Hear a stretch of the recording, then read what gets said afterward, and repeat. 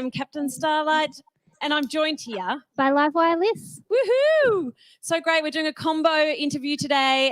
We're very excited because we've got the wonderful Sami Bayly here with us. But before I go any further, I must take a moment just to acknowledge that we are broadcasting from the lands of the Awabakal people, and it is beautiful here in Newcastle in New South Wales. Very kind, very nice. Also, before we get any further into this, I just wanted to let you know that if you have any questions for Sami today, please let your Captain Starlights know. If you're in hospital, you can text it through to them. And if you're on livewire.org, then you can pop them in the Sami Bayly chat. Woohoo! Sami Bayly, let us welcome you to the floor. Woo! Hello, everyone. Thank you for having me. Now, for those people who may not have met you before, Sami, I can tell you, is usually sporting a glorious coloured fringe, but today she's gone a bit darker, something a bit different. But she is the wonderful illustrator of this gorgeous Encyclopaedia of Peculiar Pairs in Nature. Can you tell us a little bit about that, Sami Bayly? Of course. So if you don't know me, I am an author and an illustrator, and as you can probably tell from my background, I have an obsession with weird and wonderful animals, and they usually come in the form of ugly animals was my first book, dangerous animals was my second, and then my third one was peculiar pairs, and that's a very summarizing word for all the usual relationships in nature that either work together in partnership and they benefit from each other, or maybe it's the more unusual and sometimes darker subjects where it is parasites and all of the interesting relationships with that. Oh, cool. Fantastic. And you've written some other books too, Sami, haven't you? I have. I'll show you. That way you can have a look. So, I've got a stack of them now. I have this one, and you can see I have some very pretty friends inside. Attractive. This one. I love ugly animals. Sometimes they're beautiful in their imperfections. Yeah. I agree. And the whole reason behind ugly animals and dangerous animals is I want to show the world, I want to show kids in particular, because they are kids' books, about how awesome nature can be. And even though they might be slightly unusual looking or not what we're used to seeing when it comes to beautiful animals, doesn't mean that they're less valuable, doesn't mean that they're less special or important to the environment, and that we should really just look after them and take care of them and appreciate them all because they're just awesome. And they're dangerous ones too. So sometimes they can be scary and they might have the ability to harm us, but if we leave them alone, treat them with kindness and respect, then we're going to be fine. Yeah, excellent. We have a question that's come through from Sarah from RCH down in Melbourne. Would like to know, what do you think is the ugliest animal? Ooh. I mean, I need to show you. I think that's probably, I'll do a pretty poor job of explaining it. The ugliest. Let's see if I can find it really quick. Oh, there's some scary ugly. Oh, I like it. It's like degrees of ugly. Scary ugly. Is there ever pretty ugly or? There's lots of cute uglies, and I think you can see the blobfish. Yeah. Yeah. Blobfish.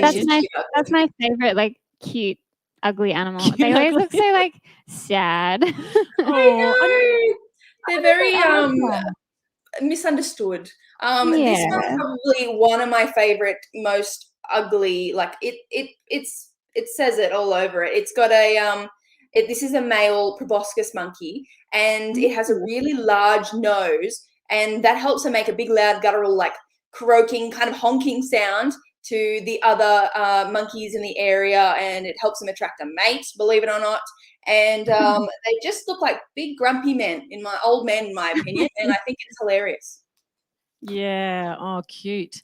I have a question for you too. What are your favorite animals there? Because you've got so many books and you've explored so many different animals. Which ones are your favorite? Who do you have a soft spot for?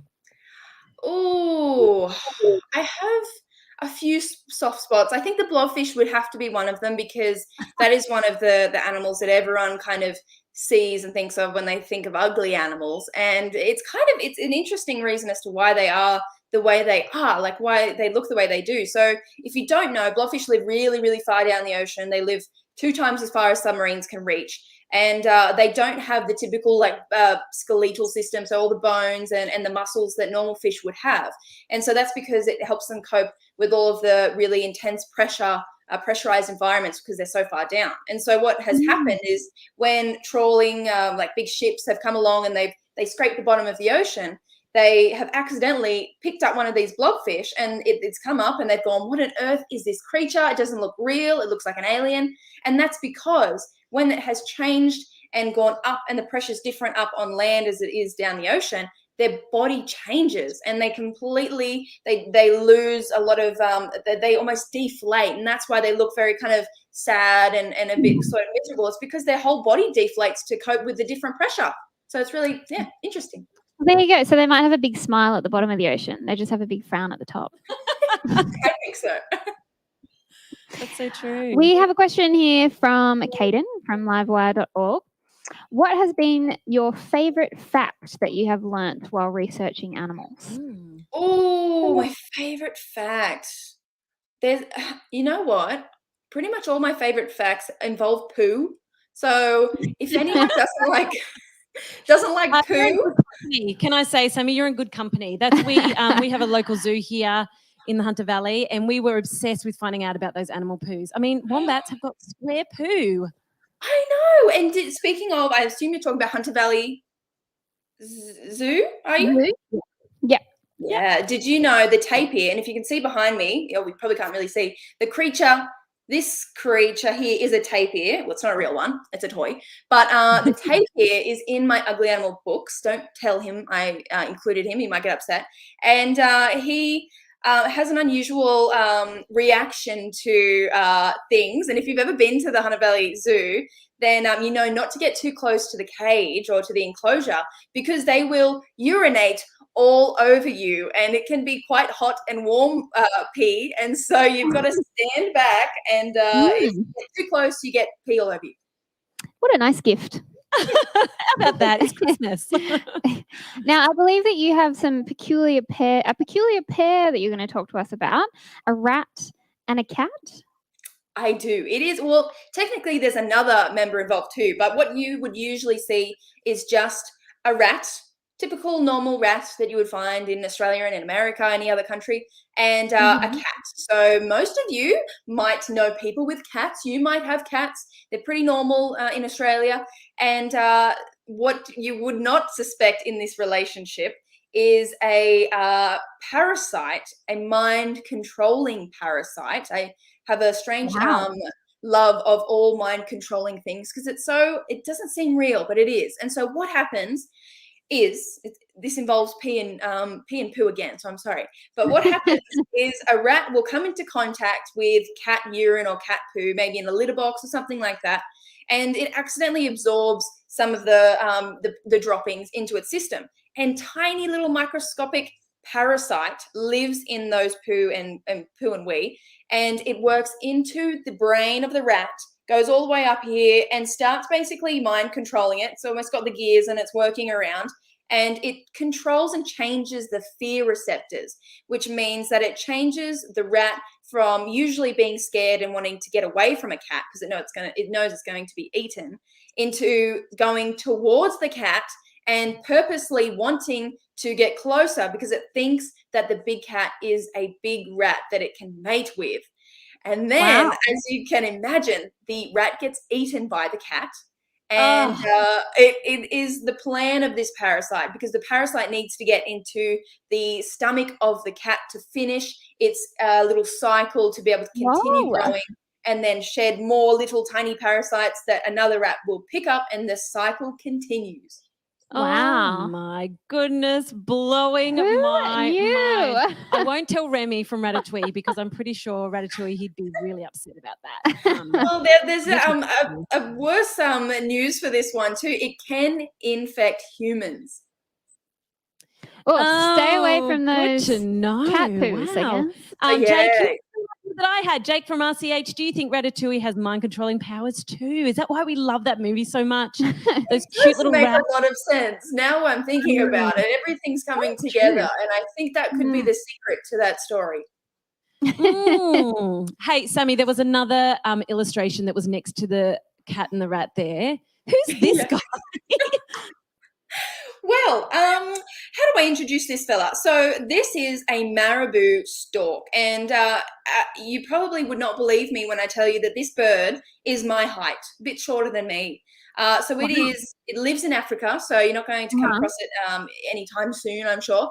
And it is similar to a vulture. And if anyone knows what a vulture eats, it is usually messy, and it is dead animals, and that's also known as carrion. So they are scavengers there, but they're also really good for cleaning up the environment. They get rid of all of the decaying and kind of smelly and germy bits off the side of the road, or maybe in plains and areas like that.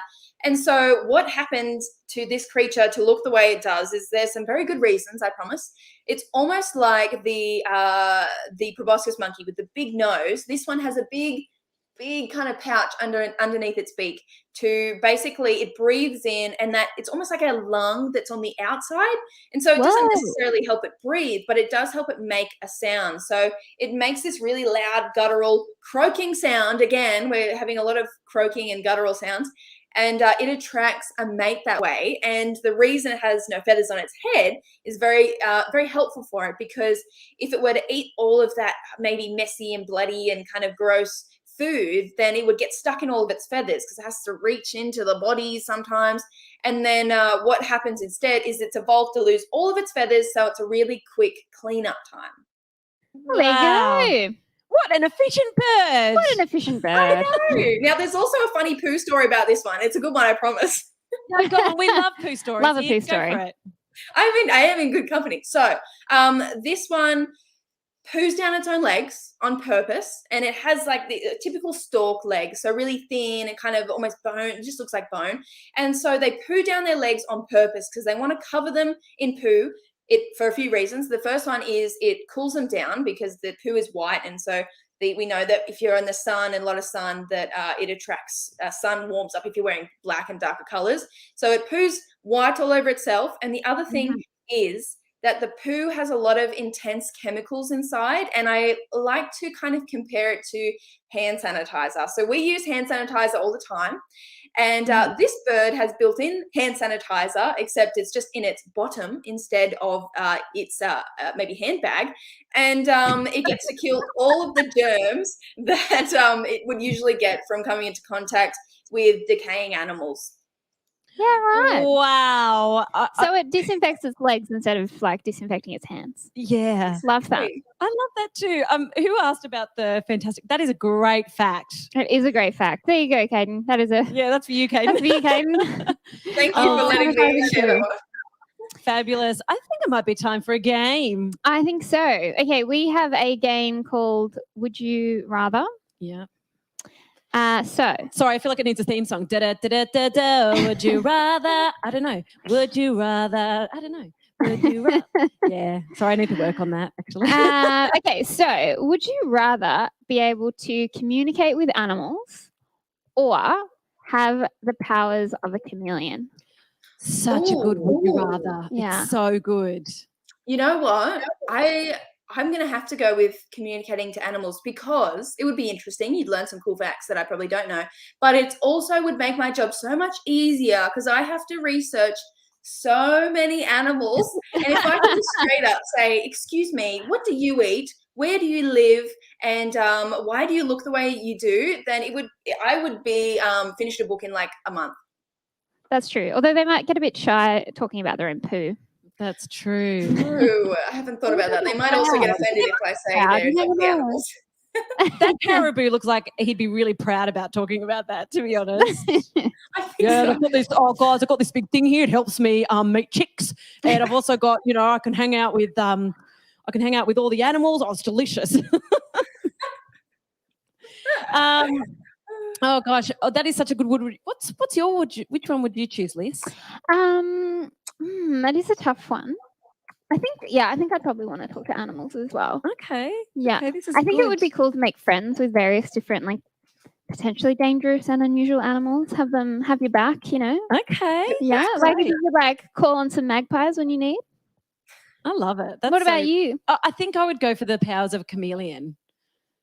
Mostly just so I Ooh. can jump out and scare people. You know, I could pretend to be one of these Christmas boxes, for example, you know, and then when the captains come in the morning, I can like Scare them. I'm a bit cheeky that way. Love it. I don't know. And then I could just change. I could turn into anything. It'd be so You also great. have the tongue too. Oh, true. Chameleons have those really long tongues. Oh, You could just touch like a burger from over there. Yeah. I thought it was just a shape shifting, but now that I know that, gosh, such a good skill. It does You can change walk everything now. Yeah, you Oh, walk would past you a- rather? Would you rather? Sorry, that's the end of our game. We have a question from Princess A on livewire.org. How do you do the art in your books? I guess what mediums do you use? How do you approach it? That is a good question. And that's probably a common question. I wonder if I have anything close by that I can show you. I've got my paintbrushes. So all of my work, all of the animals and creatures you'll ever see me do are done with watercolor. And I don't know how many of you have ever tried using watercolor. It can be pretty tricky and it can be quite infuriating sometimes because you have to be really patient. So you have to wait until the paper dries and then you have to add layer upon layer. And I think each drawing would be maybe 50 layers of different sort of paint. And then you have to and all of them are done at about A3 size. And so each painting would take me maybe 1 to 3 days. And so to do a whole book, it took about a year. Wow. Must be very patient. You would be surprised also to know I'm one of the least patient people on earth. But I don't know. For some reason it works for books. Do you usually have a few illustrations going at once? So you can like switch between them? Or a bit hyper-focused on one? I think so. I think I need to, because each animal, even if I'm doing an ugly animal, they go through an ugly stage, and that is that, it doesn't look very nice. It doesn't look the way I'm kind of hoping or what it's going to eventually look like when it's finished. It doesn't look that way for a long time, and so I need to really see the light at the end of the tunnel, that it's going to look good before I can go to moving something else. So I really have to finish each one before I can start another. Excellent. Cool. I think it might be drawing time. I think it might be drawing time. Speaking of drawing or painting. Okay. Well, now, if you are joining us and you don't have a piece of paper or pen or anything like that, maybe you can grab one now. And while I'm changing to my other camera. Here it is. Let me move my stuff out of the way. Okay. Now, I have 3 different creatures that I could draw right now, and I don't know which one. So why don't someone help me by choosing either an ugly animal, a dangerous animal, or a peculiar pair, because this peculiar pair one I have not drawn for anyone yet. It's an undrawn peculiar pair. I think we should go for that. Big reveal, yeah. I'm excited. Okay, now I'm glad you chose this one because it's also the hardest. Great. I love a challenge. Fabulous. So no pressure, but I think we can do it and make it look beautiful. Okay, so I'm going to do step by step, so it's not too much for anyone. So I'm going to start in the middle lower half of my page by doing, actually I might change to a smaller pen. I'm going to start with this one. So I'm going to do that. And I don't even know how to describe that. It's almost like it looks like a fancy judge's hat. Yes, it does. Or an we're going to draw a fancy judge's hat. A ghost. Almost like a handlebar moustache too. And then let me know if I'm going too fast and I can go slower. Something No, on top good. too. We've got it. It's looking more like one of their judges' wigs. You're going to be very, very shocked at the end of this, I tell you. And we're going to add a little line in the middle. I went a bit off center there, so try not to do that. And then I'm going to do 2 half sort of circles on either side down the bottom. A judge's wig with earrings. Ooh, and then this is going to be the necklace. Oh. Oh. And I'm going to go a bit further in with those two, so it's almost touching there, but leave a bit of a gap between these two parts. And then I'm going to do that. So kind of like I did on top, but all connected. And then another line in the center there. Does anyone have any guesses as to what it is? Well, I have a guess, but Yes. do you have a guess? Captain Steffi? I'm still on the judge's wig thing, actually. So no, sorry. What do you think it is? Oh, here we go. Sarah from RCH. Is this going to be a frog? Oh, you're kind of close, but not quite. It is a creature that lives in water. This might help. A fish. It is a fish. It is a kind of fish. Now I'm going to do 2 circles, and I'm going to colour the center one in. Like that. And then I'm going to do 2 lines, so one up the top, one down the bottom on the side there. Oh, someone said, is it a blobfish? You know what? That was what I was going to get you to draw for ugly animals, but this is not a blobfish. This is a peculiar pear, which, yes, you won't really tell what that pear is until the very end. Okay, now I'm going to go over this side, but I might block it with my hand accidentally for a little bit, so I'll try not to. So I'm going to try and line it up. So follow the top of the eye all the way to the other side and go like that. And I'm going to try and make those even.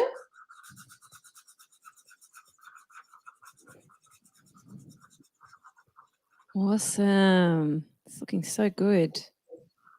And then I'm going to do some lines like that before then doing a curve. Oh, I'm loving what I'm seeing. This is awesome. I haven't seen anyone attempt this yet, so I'm excited. Okay, so I kind of skipped ahead a little bit, but I've done a curve up there. Oh, okay. There's some kind of curve there, and then just sort of completely. Oh no. Captain Starlight is nailing this, nailing it. Now, this is going to be a very important part because we're basically making the body now. So I'm going to move it down a bit. So I want you to follow what I do, but make sure you keep enough room at the very top here because we do have to add on something else. So I'm going to put my line here and go all the way like that. Well. And I might actually join the line up there. You've drawn mega size too. I love it. Currently practicing. So good. Okay. Now I'm going to do that. Like a bit of a flick up. And then I'm going to join this bottom part and I'm going to go up like this and leave a gap at the top. Ooh, is it an eel? It looks very eel-like. It's not an eel. It is a fish though. I think because there is ugly animals that there can also be ugly drawing, I think. It's only, pretty ugly. Like it's ugly but cute, but Sorry, it's a dangerous, ugly pear. I'm referring to my my own drawing. Oh. Now I've run out of room at the very top of my thingy, so I'm going to do like a mini version of what. So just imagine you're doing it bigger than I am, because I still need a bit of practice when it comes to this creature. So it's a tail that is meant to go a little bit higher than that. Looks like a ponytail. It does. It's not meant to. Oh. But it could be. It's an 80s eel. It almost looks like Rapunzel's kind of cone brown. Okay, and now I'm going to do the tail by a continuous line. So make sure when you're doing this, you do not take your pencil or texter or pen or whatever you're using off the page 1. So you're going to go up and down, up and down, up and down until you get to the bottom there. Okay. Caden wants to know if it's a pinhead pearlfish. That's a really good guess as well, but not quite. That would have been a fun one to draw. Pinhead pearlfish live in the bottoms of sea cucumbers. Ooh. It does have the same kind of like pinhead pearlfish body, but not quite. Now, what I'm going to do next is a little kind of flick on either side. Well, he looks very concerned. He's very concerned, and you will see why soon. And then what I'm going to do next is his top thin thingies, and I'm going to do, yeah, and then I'm going to join them like that, and then do a line through each of them.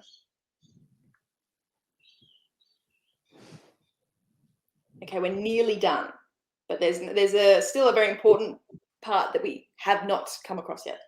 Now I'm going to do its little kind of mouth grooves. So this one's like a little squiggle there. This is definitely an 80s fish, for sure. Look at the mohawk. It's awesome. He's got the ponytail and a mohawk going.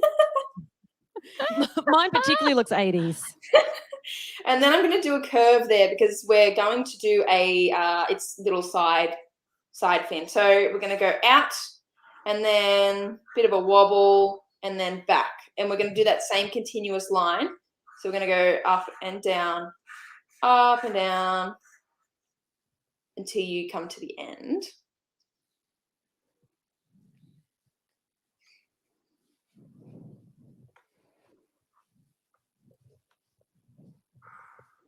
And then... Oh, that's a good question. A question has just come in there for you, Sami. Abby from John Hunter would like to know, what is your favourite colour to paint with? Oh, my favourite colour, and I don't know if many of you will know what this colour is just by the name, is sepia. And so sepia is almost like a brownie, like a warm brown that's kind of almost transparent. And so sometimes you paint it over the top of something and you can still see what's underneath, but it is a really, really good color for like blending. Say you're doing fur, it's really good for blending with other colors. So believe it or not, it's brown. You would think that it'd be maybe another color, but I love sepia.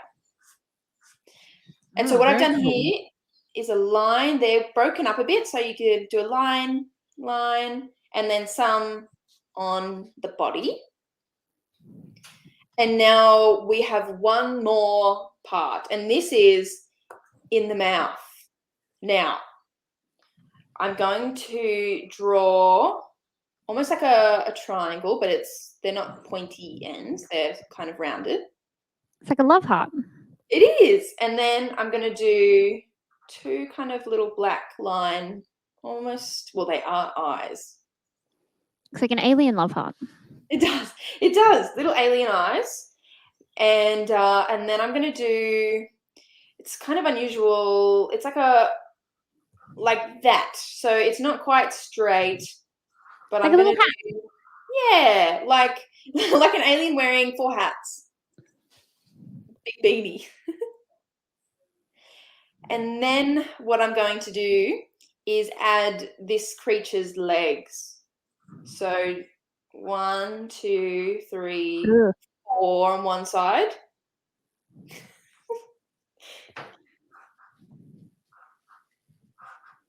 And then 4 on the other side.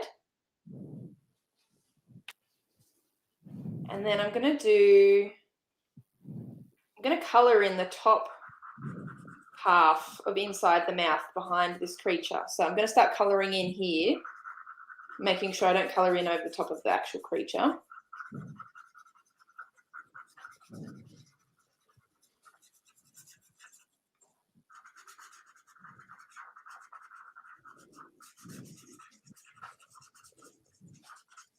Okay, and then I might do a little curve down here. So this is a pretty unusual and kind of scary looking creature, but does anyone have any idea as to what's happening inside its mouth?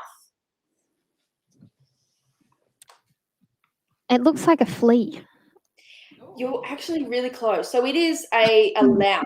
So a louse is a single name for lice. And what happens is this is almost like sometimes some of us, it's okay, have gotten nits before, and it's not fun. But this basically is a giant underwater version of what you might get in your hair. And so Whoa. this is a tongue-biting louse. Oh, So Wow. I hope it's not transferable to humans. I mean, it might help No you more stop kissing talking so fish. much sometimes. So what happens is basically this louse swims along in the ocean, floats around, and he gets and clings onto a fish, crawls in the gills, goes inside the stomach, and comes all the way up through its mouth to land on its tongue. And then what happens after that, it grips on, you can see it's got little kind of pincer legs. It grips on really tight. And then it grips on so hard that the tongue loses circulation and it starts to bleed. And the louse drinks the blood. And then what happens after that is the tongue falls off and floats down the ocean and gets eaten by something. And then in place of the tongue is this louse that now eats most of the food that the fish tries to eat. Oh, It's like hijacking the fish.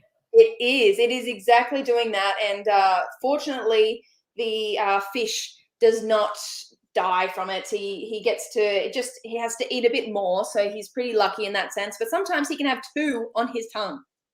Whoa. Oh. I hope they're friendly. Like I hope they can become mates. Maybe they could be mates. That's true. Look, I've given mine some special glasses because I felt sad that he would look so worried.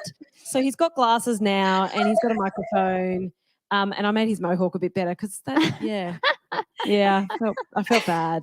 How'd you go, Liz? Mine is a chunky version of yours. That's beautiful. They're both gorgeous. Obviously, the louse hasn't taken too much of this guy's food. He's very rotund. Love it. All right. So, wow, that is so incredible, Sami. You have opened our eyes. Oh, my pleasure. For the better or worse. For better. Yeah, Definitely for better. Yeah. So many fun facts. I can show you quickly what it actually looks like. That might be helpful. So then, that's not it. It's a tongue biting. Where is it? I'll find it. There's too many to go through and spot. It is quite scary. Well, we have another question. As you're searching through there, Sami, a question from Jake is, he'd like to know, what do you think is the most peculiar pair ever? What were you most surprised about? I think it's all the parasitic and mind controlling ones. So I think the snail, and it has like a mind controlling parasite that lives in its eye stalk, and that basically tricks it into thinking that it should go up into the open and be eaten by a bird, which is really similar to the cat and the rat one actually. And then it gets eaten by the bird, and the snail it gets in the digestive system, and it's not pretty after that. Great, that's good advice. Yeah. Wow. Now this is what happens when I take a few days to paint something versus when I take about 2 minutes.